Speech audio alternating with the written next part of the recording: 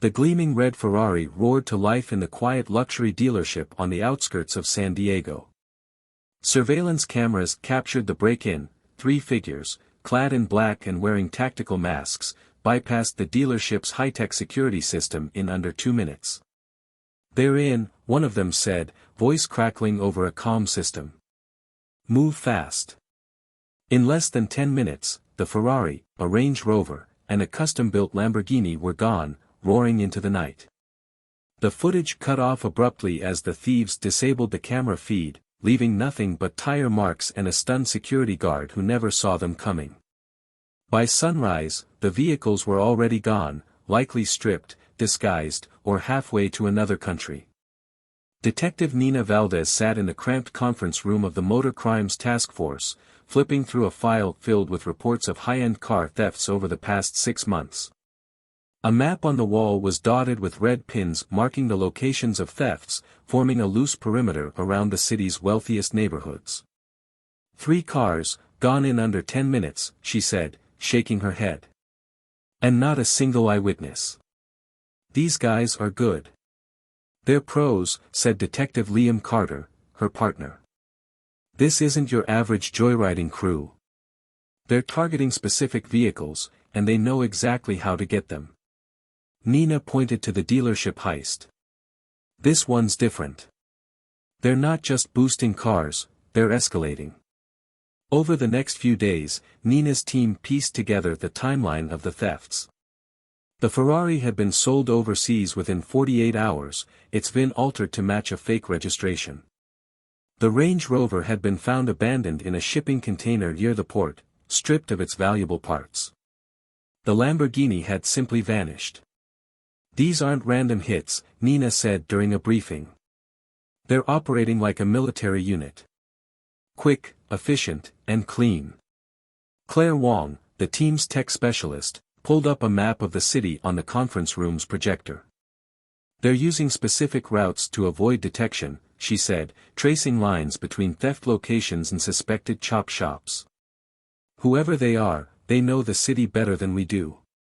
Nina nodded, her mind already racing. This isn't just a car theft ring. This is an organization. The break in the case came from an unexpected source, a tow truck operator named Eddie "Grizzly" Morales, who had been flagged for suspicious activity. Eddie was known for towing abandoned vehicles that just happened to match the profiles of stolen cars. Nina and Liam tracked Eddie to his garage, a grimy, smoke-filled space filled with rusted tools and old parts. Eddie was working on an engine when they walked in, the smell of oil thick in the air. "Detective Valdez," Nina said, holding up her badge. "We'd like to ask you a few questions." Eddie leaned against his workbench, wiping his hands on a rag. "What about?" "About the Ferrari you towed 2 nights ago," Liam said. Eddie froze for just a second before laughing. "I don't know what you're talking about." But his nervous glance at the security cameras told Nina everything she needed to know. Under pressure, Eddie confessed that he had been working with a group of thieves who paid him to move stolen cars to a network of chop shops around the city. "They call themselves the Black Vultures," Eddie said, his voice low. "But I don't know much else. I just do the pickups and drop-offs." "Where's the chop shop?" Nina asked. Eddie hesitated, then scribbled an address on a piece of paper. The address led the task force to a rundown warehouse in an industrial district. From the outside, it looked abandoned, but a closer inspection revealed freshly painted doors and new security cameras. "We've got them," Liam said, his hand on his holster. The task force moved in with precision, breaching the warehouse and catching several workers in the act of dismantling high-end vehicles. Engines, tires, and doors were scattered across the floor like pieces of a jigsaw puzzle. But the workers weren't talking. "Where's Chrome?" Nina demanded, referencing Marcus "Chrome" Kane, the suspected leader of the Black Vultures. One of the men smirked. "You'll never find him. Chrome Kane was a ghost." Nina's research revealed a history of arrests for petty theft and street racing, but his recent activities were far more sophisticated. As the suspected mastermind behind the Black Vultures, he was known for his obsession with high-end cars and his ruthless tactics. "Chrome's not just a thief," Claire said, scrolling through a file of stolen vehicles. "He's a businessman. He's running this like a corporation." Nina nodded. "And we're going to shut him down." The raid on the chop shop didn't sit well with the Black Vultures.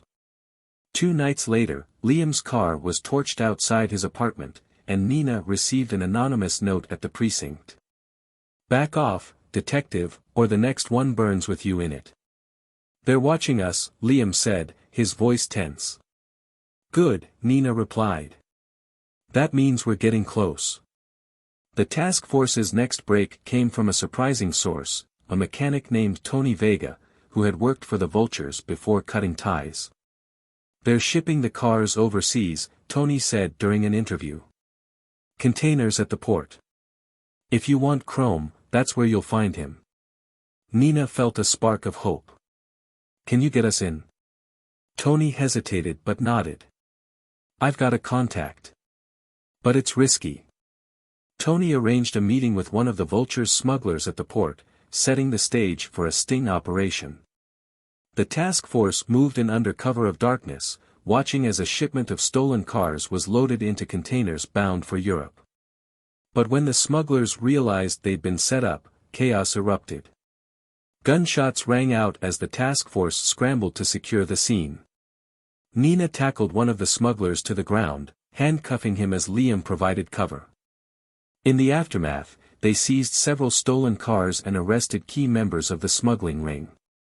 But Chrome Kane was nowhere to be found. Detective Nina Valdez sat in the precinct's briefing room, staring at a whiteboard cluttered with evidence, photos of stolen cars, profiles of the Black Vulture's members, and a map dotted with pins marking chop shops, shipping routes, and recent heists. "Last night's sting gave us names and locations," she said, addressing her team. "We've disrupted their smuggling operation at the port, but it's just one piece of the puzzle. Chrome Kane is still out there, and he's not going to stop." Liam Carter leaned back in his chair, arms crossed. "If anything, he's going to escalate." Nina nodded. "That's why we need to keep pushing. If we cut off his supply chain, we'll force him out of hiding." Claire Wong, the team's tech specialist, spent hours combing through the phones and laptops seized during the port operation. Her findings painted a detailed picture of the gang's network. "They're running multiple operations simultaneously," Claire said, projecting a web of connections onto the conference room screen. "Chop shops in the city, shipping hubs at the port, and luxury auction houses laundering stolen vehicles with forged VINs." Nina studied the map. "Where's their biggest vulnerability?" Claire highlighted a location on the outskirts of the city, a warehouse believed to house the gang's central operation. The task force staked out the warehouse for days, watching as high-end cars arrived under the cover of darkness. The operation was clearly well organized, with lookouts posted along the perimeter and cars moved with surgical precision. "They've got this place locked down," Liam said, peering through binoculars. "We can't just storm in without knowing what we're dealing with." Nina agreed. "We need more intel before we make a move. Let's bring in an informant." The team turned to Tony Vega, the mechanic who had provided crucial information about the port operation. Though reluctant, Tony agreed to go undercover, posing as a smuggler looking to join the Vulture's ranks. "They're not going to trust me right away," Tony warned. "But if I play it right, I can get you the information you need." Nina nodded. "Be careful, Tony. These people don't forgive mistakes."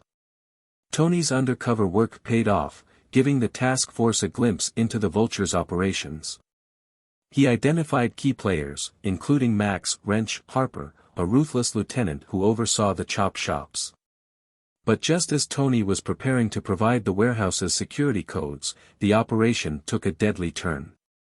"They're on to me," Tony said during a frantic call to Nina. "I don't know how, but they know." Minutes later, Tony's car was found abandoned, riddled with bullets. His death was a sobering reminder of the gang's brutality. Tony's murder galvanized the task force. Fueled by anger and determination, Nina pushed for a raid on the warehouse. "We can't wait any longer," she told her team. "If we don't act now, more people will die." The raid was a coordinated assault, with tactical units breaching the warehouse while Nina and Liam secured the perimeter. Inside, they found dozens of stolen cars, crates of forged documents, and a stash of weapons. Several gang members were arrested, including Wrench Harper, but Chrome Kane was nowhere to be found. The aftermath of the raid was marked by retaliation. A key witness in the case was found dead in his apartment, his throat slit and the Black Vulture's symbol, an ominous Black Vulture silhouette, painted on the wall in blood. "They're sending a message," Liam said, staring at the crime scene. "And we're sending one back," Nina replied. "This ends now." Claire's analysis of the evidence from the warehouse led the team to a high-end auction house that specialized in luxury vehicles. The auction house had been laundering stolen cars for the Vultures, selling them under forged paperwork to unsuspecting buyers. Nina and Liam posed as prospective bidders, infiltrating the auction to gather evidence. "This place reeks of money," Liam whispered as they entered the opulent showroom, lined with Ferraris, Lamborghinis, and rare vintage cars. Nina's eyes scanned the crowd. "And power. These people don't ask questions about where their money goes." Their undercover operation revealed that the auction house's owner, Victor Ellis, had direct ties to Chrome Kane. Victor Ellis was a polished businessman, his wealth built on a veneer of respectability. But beneath the surface, he was deeply involved in the Vulture's operations, using his connections to facilitate the sale of stolen vehicles. "He's Chrome's biggest asset," Claire said during a briefing. "If we take him down, we'll cripple their financial network." Nina devised a plan to trap Ellis, setting up a sting operation that would expose his dealings with the gang. The sting operation was meticulously planned, with Nina and her team posing as buyers interested in purchasing a fleet of high-end cars. The meeting took place in a private showroom, where Ellis proudly displayed his collection. "These are the finest vehicles you'll find anywhere," he said, his tone dripping with confidence.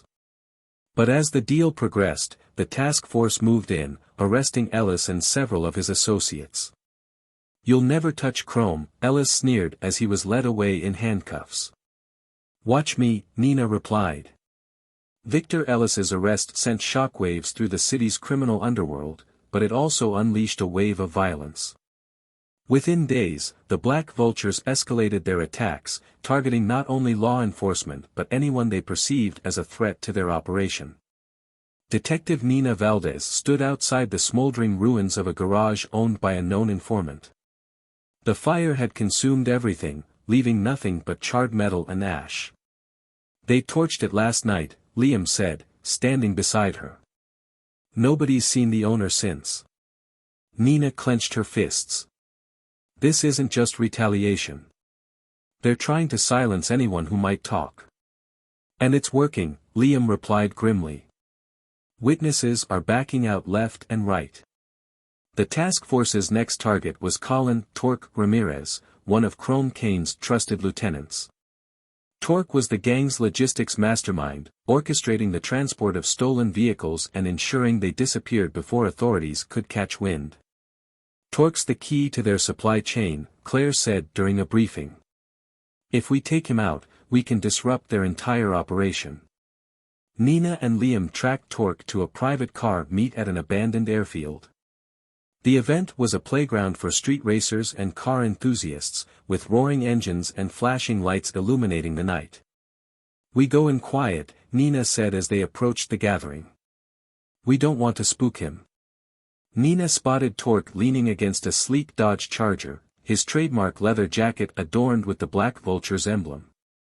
As soon as he noticed them, Torque bolted, jumping into the Charger and peeling out in a cloud of smoke. "Go, go, go!" Nina shouted, diving into the passenger seat of Liam's car. The pursuit tore through the outskirts of the city, headlights cutting through the darkness as Torque weaved between traffic, taking reckless turns to evade capture. "He's heading for the bridge," Liam said, gripping the wheel tightly. Nina leaned out the window, her gun drawn. Keep him on the road. We can't lose him. The chase ended when Torque's car spun out on a tight curve, slamming into a guardrail. Nina and Liam approached with their weapons drawn, pulling Torque from the wreckage and placing him under arrest. Torque's arrest was a major victory, but getting him to talk was another challenge. The gang's code of silence was ironclad, and Torque seemed determined to take his secrets to the grave. You think Chrome's going to protect you? Nina asked during the interrogation. You're just another pawn to him. Torque smirked. You don't know Chrome. He's 10 steps ahead of you. But Nina wasn't giving up. She laid out the evidence against him, piece by piece, until Torque finally cracked. There's a shipment, he said reluctantly. High-end cars, heading out of the city tomorrow night. Chrome's overseeing it himself. The task force mobilized for the operation, coordinating with federal agents to intercept the shipment at a private dock. Nina knew this was their chance to catch Chrome Kane in the act and dismantle the Black Vultures once and for all. This is it, she said during the briefing. No mistakes. No hesitation. We end this tonight. The plan was straightforward. A team would block the dock's entrance while another moved in to secure the vehicles and arrest Chrome and his crew. The operation began smoothly, with tactical units surrounding the dock and cutting off all escape routes. Nina and Liam moved in with their team, their flashlights cutting through the darkness. But as they approached the shipping containers, a hail of gunfire erupted from the shadows. It's a trap! Liam shouted, diving for cover.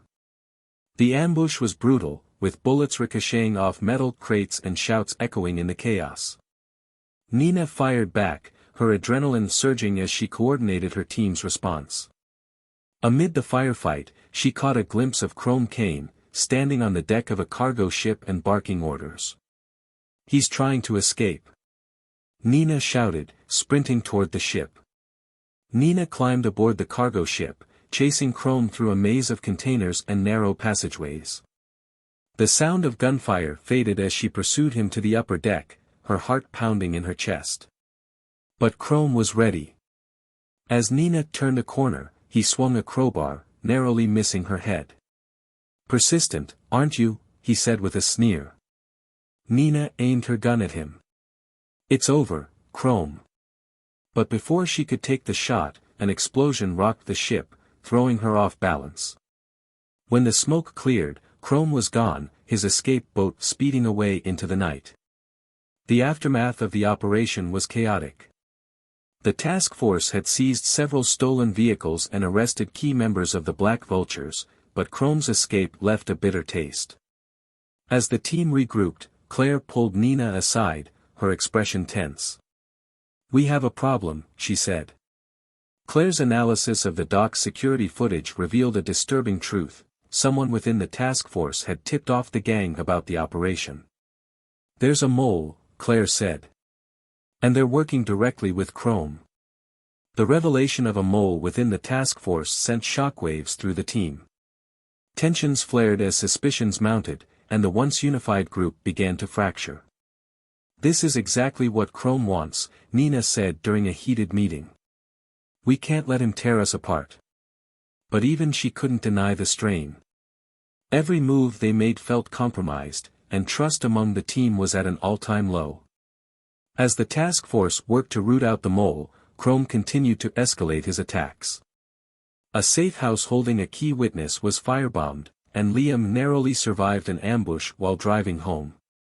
Nina sat alone in her office that night, the weight of the investigation pressing down on her.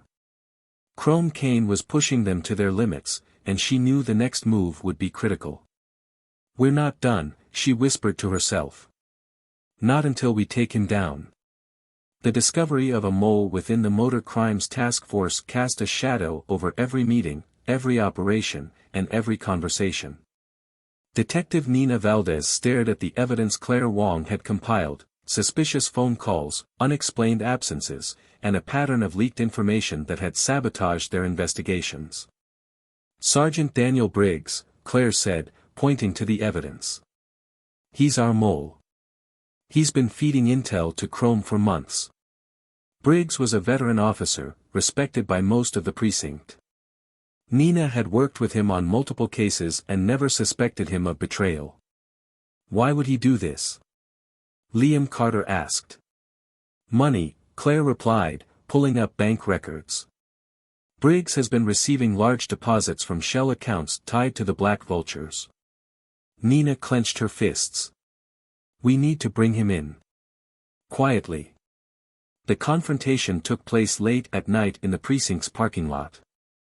Nina and Liam waited as Briggs approached his car, the tension thick in the air. Sergeant, Nina called, stepping into the light. Briggs froze, his hand hovering over his car door handle. What's this about, detective? You've been working with the Black Vultures, she said, her voice steady but sharp. Briggs sighed, his shoulders slumping. You don't understand. You sold us out, Liam interrupted, his voice rising. People are dead because of you. Before Briggs could respond, 2 officers stepped forward and placed him in handcuffs. In the interrogation room, Briggs folded under pressure, confessing to his role in the Vulture's operations. They came to me a year ago, he said, his voice trembling. I was drowning in debt, and they offered me a way out. All I had to do was pass along information. I didn't think it would go this far. What's Chrome's next move? Nina demanded. Briggs hesitated. There's a shipment going out tomorrow night. Cars, cash, and weapons. It's his biggest score yet. He'll be there. The task force mobilized for what they hoped would be their final operation.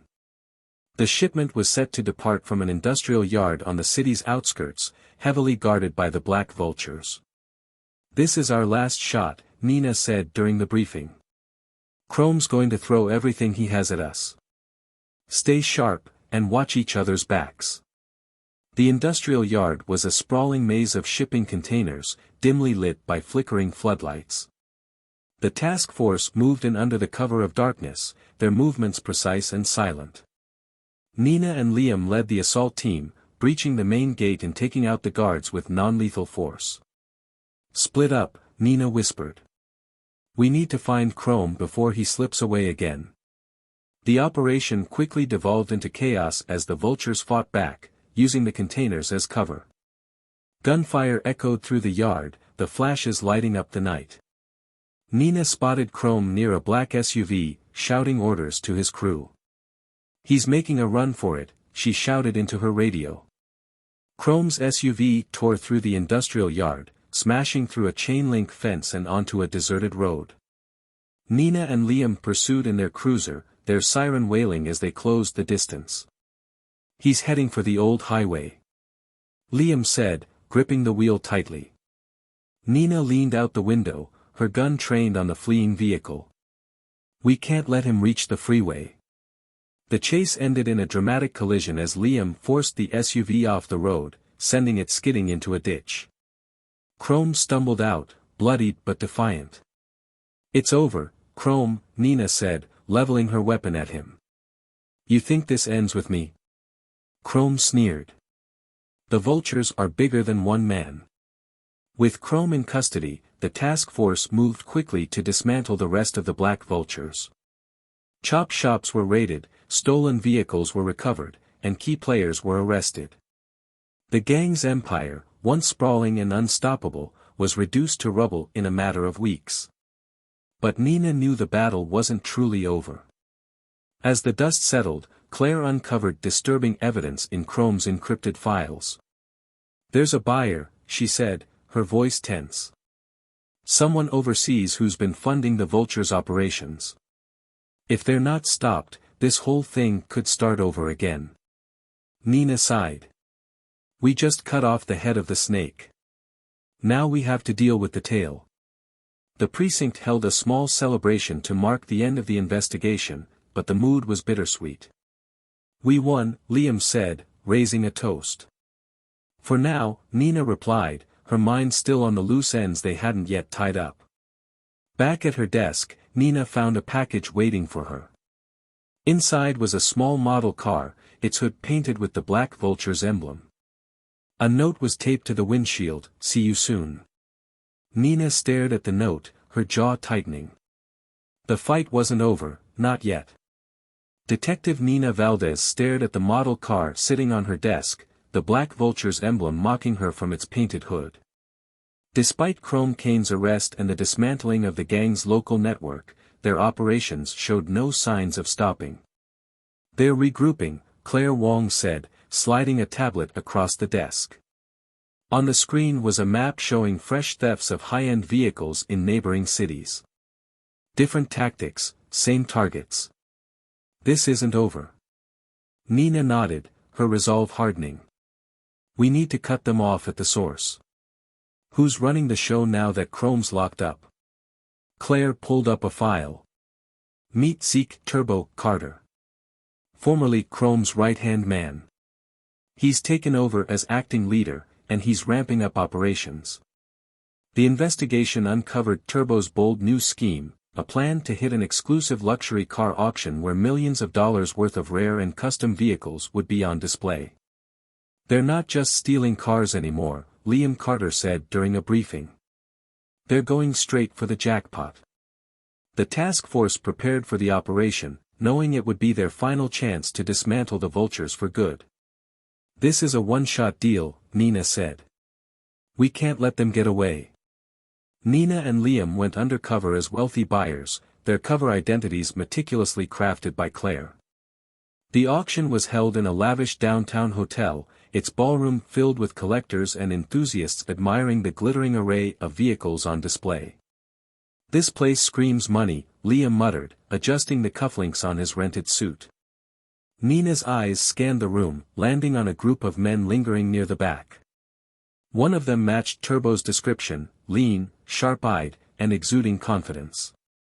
"There he is," Nina whispered into her comm. As the auction progressed, Turbo's crew made their move. Using forged credentials, they accessed the garage where the cars were stored and began loading them onto transport trucks. Nina signaled her team. "They're making their play. Let's move." The task force sprang into action, intercepting the crew as they attempted to drive off with the stolen cars.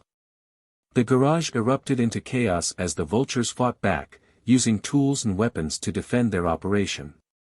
Nina confronted Turbo near a sleek Bugatti, their standoff a clash of determination and desperation.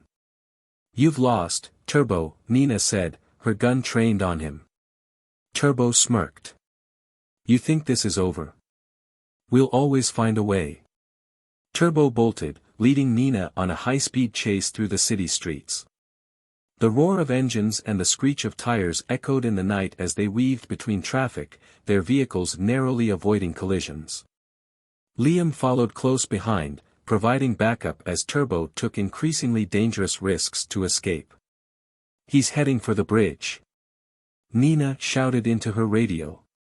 The chase ended in a dramatic crash as Turbo's car spun out on the bridge's slick pavement. Nina approached cautiously, her gun drawn. "End of the road," she said. With Turbo in custody, the task force moved quickly to dismantle the rest of the Black Vulture's network. The arrest spanned multiple states, resulting in the seizure of stolen vehicles, weapons, and millions in illicit funds. Claire presented the final report to Nina. "We've done it. The Black Vultures are finished." Nina allowed herself a rare smile. "For now." Turbo's trial was a high-profile event, drawing national attention to the Black Vulture's crimes. Nina took the stand, delivering testimony that left no doubt about the gang's ruthlessness and Turbo's leadership role. "He operated without conscience," Nina said. "To him, people were just obstacles to be removed." The jury returned a verdict of guilty on all counts. Turbo was sentenced to life in prison without the possibility of parole. Back at the precinct, the mood was bittersweet. The task force had achieved its goal, but the journey had taken its toll. "We lost good people along the way," Liam said, his voice heavy with emotion. Nina nodded. "But we stopped them. That matters." Weeks later, Nina visited Chrome Kane in prison. The gang leader looked older and thinner, his arrogance tempered by confinement. "You really did it," Chrome said, leaning back in his chair. "Took down the whole crew." "It's over," Nina replied. Chrome's lips curled into a smirk. "You'll never stop all of us. Someone's always waiting to pick up the pieces." Nina stood, her expression unreadable. "Then I'll be waiting." As the sun set over the city, Nina drove through its streets, her mind racing with memories of the case. The Black Vultures had been dismantled, their leaders behind bars, but she knew the fight against crime never truly ended. For now, the streets were quieter, and the stolen cars had stopped disappearing. But Nina remained vigilant, ready for whatever came next.